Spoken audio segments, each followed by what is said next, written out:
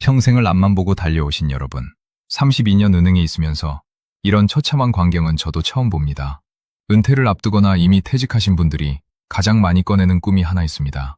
저도 그 꿈 압니다. 퇴직하고 나면 제주도 바닷가 근처에 작은 집 하나 마련해서 마당에 텃밭 일구고 한라산 바라보며 남은 여생을 조용히 보내고 싶다는 꿈. 뼈 빠지게 일한 세월에 대한 당연한 보상 아닙니까? 그런데 여러분, 지금 그 꿈이 산산조각 나고 있습니다. 진짜 다 망했습니다. 아름다운 낭만의 섬이 피가 거꾸로 솟는 참상의 현장으로 변해버렸습니다. 1조 원 넘게 쏟아붓던 중국 돈 98%가 한순간에 증발하면서 제주도가 텅 빈 유령성으로 전락해버린 끔찍한 최후. 도대체 왜 이런 참사가 벌어졌는지 그 이유를 말씀드리겠습니다. 자, 2024년 제주시 에어룹입니다. 푸른 바다가 내려다 보이는 기가 막힌 자리에 425세대짜리 신축 아파트 단지가 완공됐습니다. 입주 청약을 받았습니다. 분양 공고가 나갔습니다. 그런데 도대체 무슨 일이 벌어졌을까요? 425세대 중에서 계약서에 도장을 찍은 집이 딱 한 집이었습니다. 단 한 집. 나머지 424세대는 그 거대한 콘크리트 덩어리째로 한날 한시에 법원 경매 목록에 통째로 올라갔습니다. 대한민국 부동산 역사에서 한 번도 없었던 일입니다. 사상 초유의 424세대 통경매가 터져버린 겁니다. 이게 말이 됩니까? 불과 5년 전만 해도 어땠습니까? 제주도 바다뷰 아파트는 분양 공고 뜨기가 무섭게 완판이었습니다. 전국에서 현금 뭉치를 싸들고 비행기 타고 몰려오던 투기 세력들이 있었습니다. 당시 제주도 아파트 평균 분양가가 평당 2,612만 원까지 치솟았습니다. 전국에서 서울 다음으로 두 번째로 비싼 동네가 됐습니다. 제주도에 땅 한 평 없으면 벼락거지라는 말이 돌았고 집값 상승률 전국 1위를 찍으며 영원히 돈이 마르지 않을 황금섬이었습니다. 그랬던 섬이 지금은 40개월 넘게 단 한 번의 반등도 없이 집값이 추락하고 있습니다. 아파트값만 떨어지는 게 아닙니다. 영원할 줄 알았던 땅값마저 동반 추락하는 전국 유일의 지역이 됐습니다. 도대체 왜 이런 일이 일어났을까요? 자, 단순히 금리가 올라서 경기가 나빠서 무너진 게 아닙니다. 제주도에는 다른 지역에는 없는 아주 특수한 폭탄이 터졌습니다. 외부 자본 한 곳에 목을 매달았다가 그 자본이 썰물처럼 빠져나간 겁니다. 32년 은행 생활을 하면서 저는 한 가지를 배웠습니다. 자금 조달처가 하나뿐인 기업은 반드시 망합니다. 예외가 없습니다. 제주도가 딱 그 꼴이었습니다. 그 폭탄이 어떻게 만들어졌는지 처음부터 짚어보겠습니다. 2010년입니다. 당시 정치권이 아주 기가 막힌 제도를 하나 만들어냅니다. 부동산 투자 이민제입니다. 제주도 관광 숙박시설에 딱 5억 원만 투자하고 5년만 버티면 의료보험 혜택까지 빵빵한 대한민국 영주권을 그냥 내어주겠다는 겁니다. 여러분, 잠깐만 생각해 보십시오. 우리가 중국 베이징이나 상하이에 가서 아파트를 사려고 하면 어떻게 됩니까? 그 나라에서는 외국인은 물론이고 자국민조차 땅을 영원히 소유할 수 없습니다. 땅은 무조건 국가 소유고 개인은 몇십 년 동안 돈 내고 빌려 쓰는 겁니다. 기한이 끝나면 방빼라고 쫓아낼 수 있는 구조입니다. 내 돈 주고 샀는데도 말이죠. 그런데 우리는 어떻게 했습니까? 고작 5억 원에 대한민국 영주권을 팔아버린 겁니다. 이게 매국 정책이 아니면 무엇입니까? 중국 본토 부자들 입장에서는 이보다 더 완벽한 노다지가 없었습니다. 비행기 타고 한두 시간 공기 좋은 섬에서 쉬고 부동산 차익도 챙기고 대한민국 영주권까지 덤으로 얻어가는 겁니다. 제주도는 당시 중국인이 비자 없이 들어올 수 있는 무사증 지역이었으니 더욱 완벽했습니다.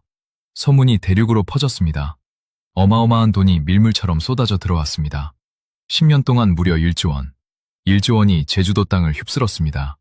그런데 여기서 소름 돋는 숫자가 하나 있습니다. 그 1조 원의 98%가 중국 딱 한 나라에서 온 돈이었습니다. 98%입니다. 미국, 일본, 유럽 등 나머지 전 세계를 다 합쳐도 겨우 2%에 불과했습니다. 글로벌 투자 유치라는 말을 썼지만 사실상 중국 돈 하나만 맹목적으로 빨아들인 기형적인 구조였습니다. 우리 세대는 계란을 한 바구니에 담지 말라는 말을 뼈저리게 배운 세대입니다. IMF 때 그걸 직접 경험했으니까요. 저도 그 시절을 살았습니다. 그런데 제주도 경제 전체를 외국 한 나라의 자본 딱 하나에 100% 갖다 바친 겁니다. 자, 그렇다면 그 돈이 제주도 경제를 실제로 살렸느냐? 이게 핵심입니다. 처음에 차이나머니가 쏟아져 들어올 때 언론은 샴페인을 터뜨렸습니다. 드디어 제주도가 동북아의 중심이 됐다며 박수를 쳤습니다. 그런데 세상에 공짜 점심이 어디 있습니까? 여기서 두 번째 역설이 등장합니다. 그들은 우리 땅에 투자한다고 했습니다. 그러나 정작 우리 경제에는 단 1원도 흘려보내지 않았습니다. 중국 자본이 세운 호텔에서 잠을 자고 중국인이 운영하는 식당에서 지들끼리 밥을 먹고 중국 자본이 차린 면세점에서 쇼핑하고 중국인이 핸들을 잡은 전세버스로 관광을 다녔습니다. 이른바 제로투어. 그들만의 완벽한 폐쇄 상권을 만들어버린 겁니다. 우리 제주도민들 주머니에 한 푼이라도 떨어졌습니까? 전혀 아닙니다. 우리 땅에 와서 우리 도로를 달리면서도 철저하게 지들끼리만 돈을 돌리고 고스란히 본국으로 빼갔습니다. 수익은 싹쓸이에 가고 피해는 고스란히 우리에게 남겼습니다. 먹튀입니다. 교과서 같은 먹튀입니다. 분노한 제주도민들 입에서 이런 말이 나올 수밖에 없었습니다. 중국인이 지나간 자리에는 풀 한 포기도 남지 않는다. 투자라고 불렀지만 실제로는 점령이었습니다. 자, 그 사이 정작 제주도 사람들은 어떻게 됐을까요? 여기서 세 번째 역설이 등장합니다. 이게 가장 잔인한 역설입니다. 당시 제주도 아파트 분양가는 평당 2,612만 원, 전국 2위였습니다. 그런데 정작 제주도민들의 평균 소득은 전국 꼴찌였습니다. 집값은 강남을 위협할 정도로 비싼데 거기 사는 사람들 소득은 전국 최하위였습니다. 이게 말이 됩니까? 제주도에 태어나 귤보에 태서 평생이라고 식당에서 허리가 휘도록 일해도 자기 고향에서 집 한 채 살 수 없는 구조가 만들어진 겁니다. 내 나라 내 땅에서 외국 투기꾼 돈에 밀려 변두리로 쫓겨나게 됐습니다. 우리가 고도 성장기에 내 집 마련을 꿈꾸던 시절을 기억하십니까? 그때는 월급을 꼬박꼬박 모으면 언젠가는 내 집이 생긴다고 믿었습니다. 저도 그 믿음 하나로 은행에 적금 통장을 만들었습니다. 그런데 제주도 청년들은 그 믿음 자체가 처음부터 원천봉쇄됐습니다. 자기 고향 집값이 자기 월급으로는 영원히 닿을 수 없는 곳에 있었으니까요. 보수 진보 나눠서 싸울 필요 없습니다. 두 정부 다 이 제도를 만지작거렸고 두 정부 다 제대로 관리하지 않았습니다. 두 정부 모두 책임이 있습니다. 정부는 지역경제 활성화를 위한 불가피한 선택이었다고 할 수 있겠죠. 하지만 건설업 경제기여도가 33.5%에서 역성장으로 추락하고 건설사 92곳이 폐업하고 사람들이 섬을 등지고 있다면 그 활성화가 처음부터 모래 위에 세운 것이었다는 게 이미 증명됐습니다. 32년 은행에 있으면서 이런 구조를 수없이 봤습니다. 외부 자금이 급격히 유입되면 자산 가격이 실력 이상으로 부풀어 오릅니다. 그리고 반드시 그 자금이 빠져나가는 날이 옵니다. 그날 가장 큰 피해를 보는 건 그 땅에서 평생 살아온 사람들입니다. 예외가 없었습니다. 자, 이제 진짜 폭탄이 어디 숨어 있었는지 들여다보겠습니다. 개인들만 빚을 진 게 아니었습니다. 진짜 폭탄은 건설사들이 끌어다 쓴 PF 대출에 있었습니다. PF 대출, 프로젝트 파이낸싱. 여러분 들어보셨죠? 공터, 빈당에다가 앞으로 최고급 호텔을 짓고 관광객을 꽉 채우면 이만큼 벌 수 있다는 장밋빛 미래 수익을 종이에 적어서 은행에 담보로 잡히고 수백억, 수천억 원을 미리 당겨 쓰는 대출입니다. 제가 현장에서 직접 봤을 때 이런 PF 대출을 건전하게 진행한 사업자가 열에 하나도 안 됐습니다. 대부분은 중국 자본의 호황이 영원할 것이라는 믿음 하나로 돌아가는 구조였습니다. 당시 제주 지역에 쌓인 PF 대출 잔액이 무려 1조 3천억 원이었습니다. 1조 3천억 원. 이 돈이 완공도 안 된 콘크리트 골조 건물들에 꽁꽁 묶였습니다. 자, 이 구조가 성립하려면 딱 하나의 전제가 필요합니다. 중국 관광객과 중국 자본이 계속 들어와야 한다는 것. 그게 단 하루라도 멈추면 밑동부터 한순간에 와르르 무너집니다. 그리고 그날이 왔습니다. 2017년입니다. 우리가 국가 안보를 위해 사드를 배치했습니다. 중국 정부가 어떻게 나왔습니까? 자국민의 한국 단체 관광을 전면 금지했습니다. 해외 부동산 투자 송금 통로도 꽉 막아버렸습니다. 단 한 번의 정치적 결정으로 제주 경제를 팔딱이게 하던 두 개의 심장이 한날 한시에 멈춰섰습니다. 자, 여기서 역사 비교를 짚어보겠습니다. 2008년 금융위기 때도 제주 집값이 흔들렸지만 3년 만에 반등했습니다. 차이나머니가 밀려들며 2014, 2016년 단 3년간 34.9% 폭등했습니다. 2017년 사드 충격 때도 3년 조정 뒤 코로나 특수로 반짝 살아났습니다. 2008년 때는 2년, 사드 때는 3년. 그런데 이번엔 40개월째 반등이 단 한 번도 없습니다. 과거엔 충격이 지나가면 되살아날 자생력이 있었습니다. 이번엔 그 자생력 자체가 없습니다. 중국 자본이 꺼지고 나면 그 밑을 받쳐줄 제주 자체의 경제 체력이 처음부터 없었던 겁니다. 이게 이번이 결정적으로 다른 이유입니다. 헝다그룹을 비롯한 중국 부동산 재벌들이 줄줄이 파산했습니다. 자기 코가 석자가 된 중국 부자들이 바다 건너 제주도에 돈을 보낼 여력이 1원이라도 남아있었겠습니까? 정부가 투자이민제 기준금액을 5억에서 10억으로 2배 올리자 중국 자본의 제주 투자는 낭떠러지 아래로 곤두박질 쳤습니다. 2025년에는 중국인 신규 투자가 사실상 제로에 수렴했습니다. 1조 원이 여름얼음처럼 녹아 사라졌습니다. 98%가 증발한 겁니다. 그렇다면 이제 중국 돈 없이 관광 하나로 버텨야 하는 상황입니다. 그런데 이 마지막 동아줄마저 끊어집니다. 바로 악명 높은 바가지 요금 사태 때문입니다. 렌터카, 식당, 숙박, 할 것 없이 터무니없는 가격을 부르는 게 일상이 됐습니다. 제주도 갈 돈이면 차라리 일본이나 동남아 가서 황제 대접받고 온다. 이 말이 전국에서 유행처럼 번졌습니다. 코로나 기간에 하늘길이 막혀 어쩔 수 없이 제주를 찾던 사람들이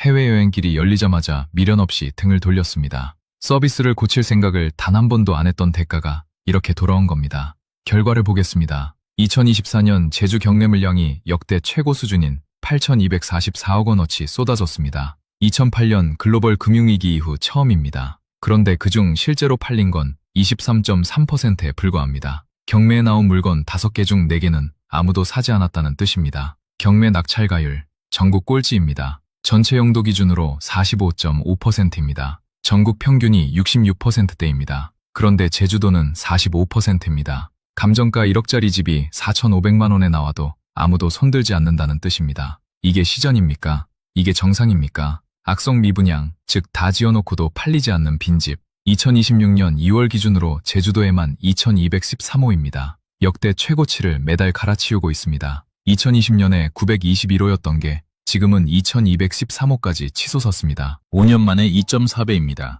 전체 미분양 2,711가구 중 준공 후 미분양이 무려 82%를 차지합니다. 건설업 경제기여도는 2016년 33.5%에서 지금은 역성장으로 돌아섰습니다. 작년 한 해 동안 제주 건설업체 92곳이 폐업했습니다. 그리고 14년 만에 처음으로 제주도를 떠나는 사람이 들어오는 사람보다 더 많아졌습니다. 이게 우리 노후에 어떤 의미냐면 이렇습니다. 은퇴 후 고정 수입이 없는 우리에게 노후 자금은 다시 벌 기회가 없는 마지막 방어선입니다. 지금 제주도에 집을 갖고 계신 분이라면 그 집의 가치가 어디까지 내려갈지 아무도 모릅니다. 지금 집값이 반토막 났다고 싸다는 생각에 노후 자금을 집어넣으려는 분이라면 반드시 멈추셔야 합니다. 자, 여기서 급성과 만성을 구분해야 합니다. 우리 세대가 경험한 IMF 위기는 급성이었습니다. 1997년 외환이 닿습니다. 환율이 치솟았습니다. 금리가 연 25%를 넘겼습니다. 그 충격은 무서웠습니다. 저도 그 시절을 살았으니까요. 하지만 약을 맞으니 회복했습니다. 2년 만에 졸업했습니다. 제주도 문제는 다릅니다. 이건 만성입니다. 외부 투기 자본이 만들어 놓은 거품이 꺼지고 나면 그 밑을 받쳐줄 실물 체력이 처음부터 없었습니다. 그 제자리가 어디인지는 아무도 모릅니다. 정부가 미분양 취득세 감면 정책을 꺼냈습니다. 약을 쓰면 잠깐 낫습니다. 하지만 근본 원인이 치료되지 않으면 약을 끊는 순간 다시 나빠집니다. 좀비 부동산이란 게 딱 이겁니다. 보조금이 없으면 즉시 죽는 구조. 살아있는 것처럼 보이지만 실제로는 심장이 뛰지 않는 시장입니다. 증상에 두통약만 먹이는 게 아니라 근본 원인을 치료해야 합니다. 자, 그렇다면 우리는 어떻게 해야 합니까? 지금 당장은 절대로 움직이시면 안 됩니다. 제주도 집값이 고점 대비 반토막이 났다고 이제야말로 은퇴 로망을 실현할 기회라며 지갑을 열려는 분. 그것은 싼 값에 내 집 마련이 아닙니다. 외국 투기꾼들이 실컷 뜯어먹고 도망간 뒤 남겨진 뼈다귀를 우리의 피 같은 노후 자금으로 받아들이는 꼴입니다. 우리는 그들의 뒷수습꾼이 아닙니다. 하늘에서 시속 100km로 떨어지는 칼을 맨손으로 잡는 가장 어리석은 행동입니다. 바닥이 어디인지 아직 아무도 모릅니다. 그렇다면 언제 움직여야 하는가? 시장은 진짜 바닥의 끝에서 반드시 명확한 신호를 보냅니다. 3가지입니다. 언론의 가짜뉴스나 섣부른 전망에 흔들리지 마시고 이 3가지 조건이 모두 충족될 때까지 현금을 꽉 쥐고 기다리셔야 합니다. 첫 번째 신호, 악성 미분양의 연속 감소입니다. 지금 제주도 준공 후 미분양이 2,103소보입니다. 역대 최고치를 매달 갈아치우고 있습니다. 이 숫자가 적어도 3개월 이상 연속으로 확실하게 줄어드는 추세를 두 눈으로 직접 확인하셔야 합니다. 한 달 줄었다고 방심하시면 안 됩니다. 시장에 꽉 막힌 채가 풀리지 않으면 백약이 무효입니다. 두 번째 신호, 인구 이동의 전환입니다. 지금 제주도를 떠나는 사람이 들어오는 사람보다 더 많습니다. 20대 청년들의 이탈이 특히 심각합니다. 비싼 물가에 일자리마저 사라지니 버틸 수가 없는 겁니다. 사람이 썰물처럼 빠져나가는 동네에서 집값이 오를 일은 없습니다. 순유출 인구가 멈추고 다시 들어오는 사람이 더 많아지는 전환점, 이른바 인구 골든크로스가 반드시 확인되어야 합니다. 세 번째 신호, 경매 낙찰가율의 회복입니다. 이게 가장 중요합니다. 지금 제주도 전체 경매 낙찰가율이 45.5%입니다. 전국 꼴찌입니다. 전국 평균 66%대와 비교하면 20%포인트 넘게 벌어진 겁니다. 감정가 1억짜리가 4,500만 원에 나와도 팔리지 않는 시장이라는 뜻입니다. 이 수치가 최소한 전국 평균 수준까지 치고 올라와야 합니다. 그때서야 비로소 시장에 다시 돈이 돌고 사람들이 집을 살 마음이 조금씩 생겨나고 있다는 확실한 증거가 됩니다. 악성 미분양 상비월 이상 연속 감소, 인구 순유입 전환, 낙찰 가율의 전국 평균 회복. 이 세 가지 신호가 동시에 켜지는 그 순간, 그때가 여러분이 꽉 쥐고 있던 현금을 들고 제주도 시장에 들어갈 진짜 타이밍입니다. 그 전까지는 절대 서두르시면 안 됩니다. 칼이 바닥에 쾅 하고 떨어져서 완전히 멈춘 걸 두 눈으로 확인한 다음 천천히 주워 담아도 결코 늦지 않습니다.